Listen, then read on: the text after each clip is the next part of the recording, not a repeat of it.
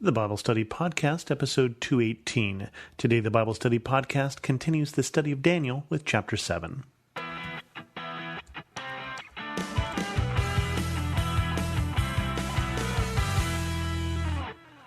Welcome to the Bible Study Podcast. I'm your host, Chris Christensen.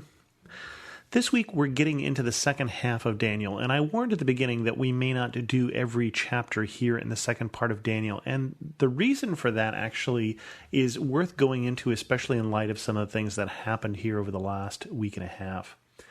So once we get into chapter 7, we're looking at very specific prophecies of Daniel, but meaning of which is not clear. This is very apocalyptic writing in the sense it's very much writing that is in code, and so it gets used quite a lot when you look at anybody who's doing end-time predictions. Daniel, Ezekiel, and Revelation being the three primary books in the Bible which are used for those sort of things, which contain visions that are unclear. And therefore, I don't really tend to spend a lot of time talking about them, and I'm not sure that we'll do every chapter here at the end of Daniel. We probably won't. We'll probably skip around a little bit as we wrap up this study. But I wanted to pause here because I realized after I had recorded the last episode that I had not said anything about the prediction that some people had that the rapture was coming. And it didn't actually even occur to me to talk about it because, honestly, I had a hard time taking it seriously. And I say I have a hard time taking it seriously not because I don't believe in the rapture.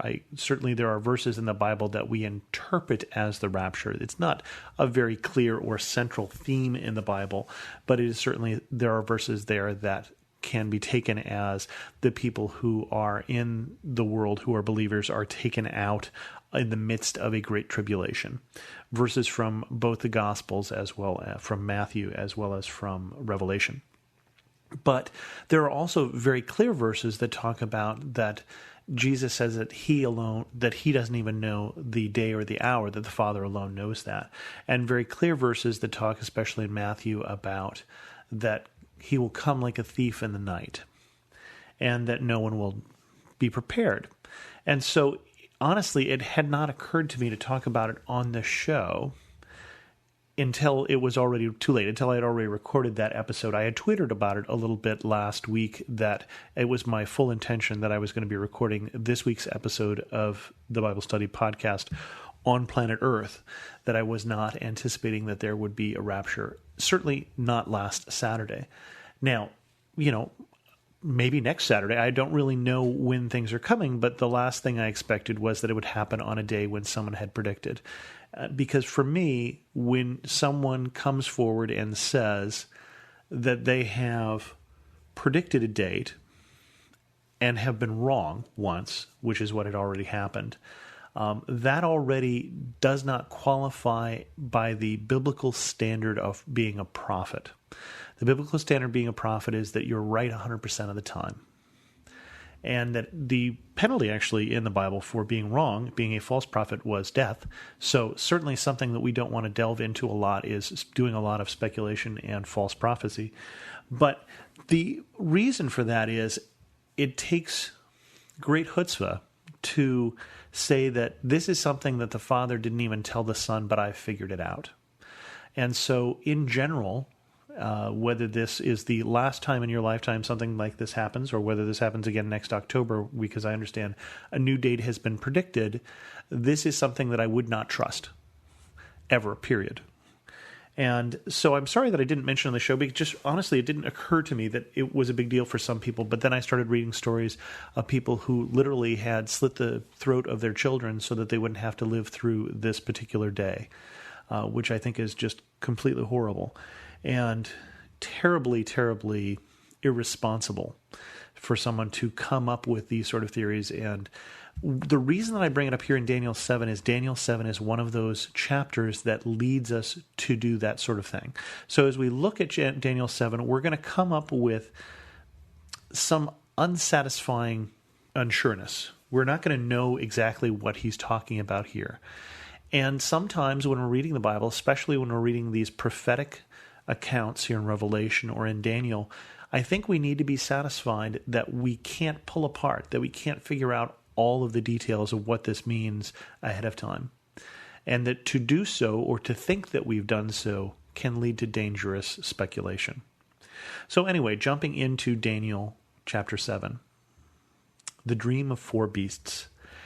In the first year of Belshazzar, king of Babylon, Daniel had a dream, and visions passed through his mind as he was lying in bed. He wrote down the substance of his dream. Daniel said, "In my vision at night I looked, and there before me were the 4 winds of heaven, churning up the great sea. 4 great beasts, each different from the others, came out of the sea. The first was like a lion, and it had wings of an eagle. I watched until its wings were torn off, and it was lifted from the ground, so that it stood on 2 feet like a human being, and the mind of a human was given to it. And there before me was a second beast, which looked like a bear. It was raised up on one of its sides, and it had 3 ribs in its mouth between its teeth. It was told, 'Get up and eat your fill of flesh.' After that I looked, and there before me was another beast, one that looked like a leopard. And on its back it had 4 wings like those of a bird. This beast had 4 heads, and it was given authority to rule. After that, in my vision at night I looked, and there before me was a 4th beast, terrifying and frightening and very powerful. It had large iron teeth. It crushed and devoured its victims, and trampled underfoot whatever was left. It was different from the other former beasts, and it had 10 horns. While I was thinking about the horns, there before me was another horn, a little one, which came up among them, and 3 of the first horns were uprooted before it. This horn had eyes like the eyes of a human being, and a mouth that spoke boastfully." And before we get into how that's speaking, let's go back and pause here for a second and go over what we've learned so far.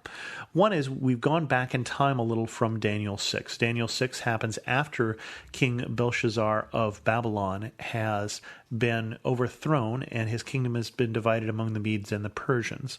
And so this is going backwards in time a little bit because the second half of the book being different in substance from the first half, which is narrative. First half narrative, second half is prophecy. And then the other thing that we learn is that this all occurs to Daniel in a dream. And he writes down this dream, and this dream is about 4 different beasts. And there are 4 different beasts. There are different types of beasts. We get a eagle, winged lion. We get a bear, a leopard, and a 4th beast, which isn't described other than the fact that it has iron teeth and has 10 horns. And from this, we can interpret a lot of things, but let's not yet. Let's go on to what this 10th horn, which has a little horn, says. "As I looked, thrones were set in place, and the Ancient of Days took his seat. His clothing was white as snow. The hair on his head was white like wool. His throne was flaming with fire, and its wheels were all ablaze. A river of fire was flowing, coming out from before him. Thousands upon thousands attended him. 10,000 times 10,000 stood before him. The court was seated, and the books were opened. Then I continued to watch because of the boastful words the horn was speaking. I kept looking until the beast was slain and its body destroyed and thrown into the blazing fire. The other beasts had been stripped of their authority, but were allowed to live for a period of time. In my vision at night I looked, and there before me was one like a son of man, coming with the clouds of heaven. He approached the Ancient of Days and was led into his presence. He was given authority, glory, and sovereign power. All nations and people of every language worshipped him. His dominion is an everlasting dominion that will not pass away, and his kingdom is one that will never be destroyed." So we get this picture here. Now we're in heaven. So before we were seeing 4 beasts come out of the water, and now we are in heaven in the throne room of God. And we get the Ancient of Days, or we get God, or God the Father, as we might say, God the Creator. The Ancient of Days, we get white, we get bright, we get awesome, we get terrifying, we get fire, we get wheels ablaze. I'm not sure why a throne has wheels. That is interesting in and of itself. We get thousands upon thousands attending and 10,000 times 10,000 standing before him. So there's this awesome majesty of God in the throne room of God. In and amongst this, we get the beast who's thrown down and then one who comes like a son of man. And clearly, the one thing that is clear in this is God is awesome and that there's one who is coming who is like the Son of Man, who is led into his presence and given all glory and sovereign power. Now, as we look at this from post-New Testament, we clearly see that in Daniel 7, verses 13 and 14, that the one who is given all authority, glory, and sovereign power is Christ. As Daniel is talking about it, remember, Jesus is still in the future, or at least Jesus is still in the future in terms of his coming. So, again, we're left, as we were in the study of Revelation, with the question of, are we talking about the past or are we talking about the future? And we haven't got anything clearly yet that has told us one or the other. We have 4 nations, possibly. Now, we already had a dream in Daniel about 4 nations coming, who would be like the king of Babylon, who would come after him. The interpretation of that was that these are kingdoms that will come after you. Remember, it was the golden head and the bronze, and then the feet that were of bronze and clay, and all of that were the nations that would come after, which we interpreted as being the Medes and the Persians and the Greeks and the Romans. Possibly we're looking at the same vision in a different way. Possibly these 4 kingdoms that we're looking at, or these 4 beasts, represent 4 kingdoms. The only thing that sounds at all familiar with that is that the 4th kingdom would be 10 horns, and 10 horns could represent the 10 hills of Rome. Or maybe the 10 horns represent something else entirely. Maybe we're still looking at the future. Not clear, but we start to get here in verse 15 into the interpretation of the dream. I, Daniel, was troubled in spirit, and the visions that passed through my mind disturbed me. I approached one of those standing there and asked him the meaning of all of this. So he told me and gave me the interpretation of these things. The 4 great beasts are 4 kings that will rise from the earth, but the holy people of the Most High will receive the kingdom and will possess it forever, yes, forever and ever. Then I wanted to know the meaning of the 4th beast, who is different from all the others and most terrifying, with its iron teeth and bronze claws, the beast that crushed and devoured its victims and trampled underfoot whatever was left. I also wanted to know about the 10 horns on its head and the other horn that came up, before which 3 of them fell, the horn that looked more imposing than the others, and that had eyes and a mouth and that spoke boastfully. As I watched, this horn was waging war against the most holy people and defeating them, until the Ancient of Days came and pronounced judgment in favor of the holy people of the Most High, and the time came when they possessed the kingdom. He gave this explanation. The 4th beast is a 4th kingdom that will appear in the earth. It will be different from all the other kingdoms and will devour the whole earth, trampling it down and crushing it. The 10 horns are 10 kings that will come from this kingdom. After them another king will arise, different from the earlier ones. He will subdue 3 kings.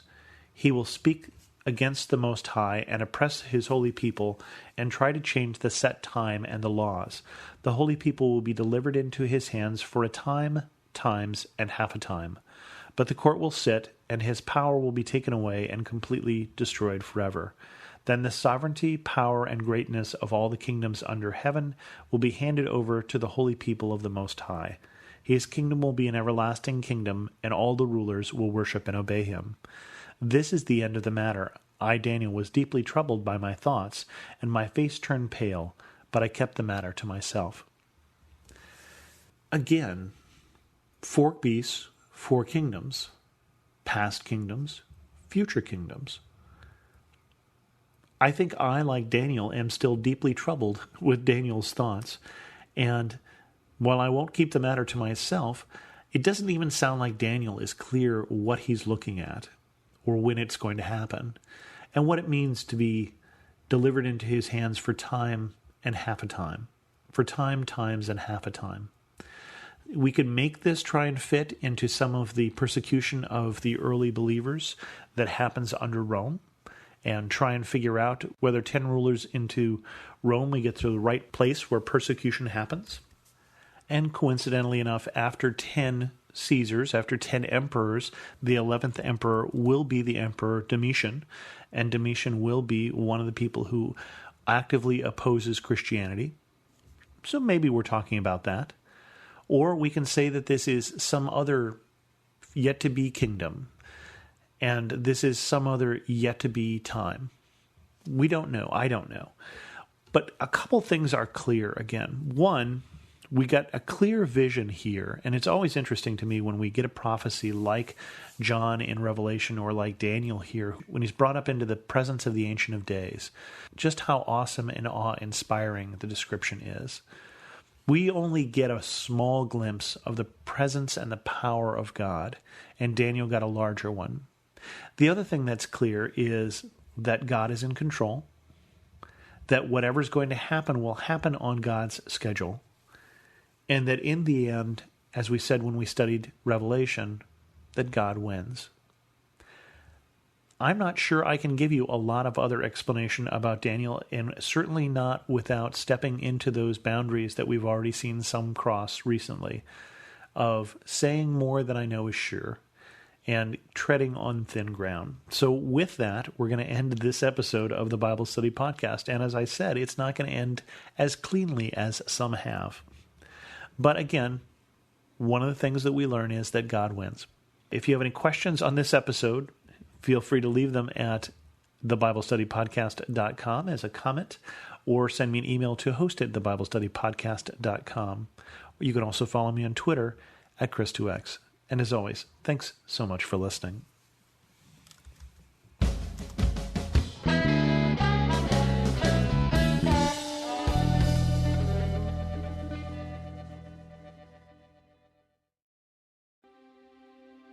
Jesus wants our fears to launch us toward faith.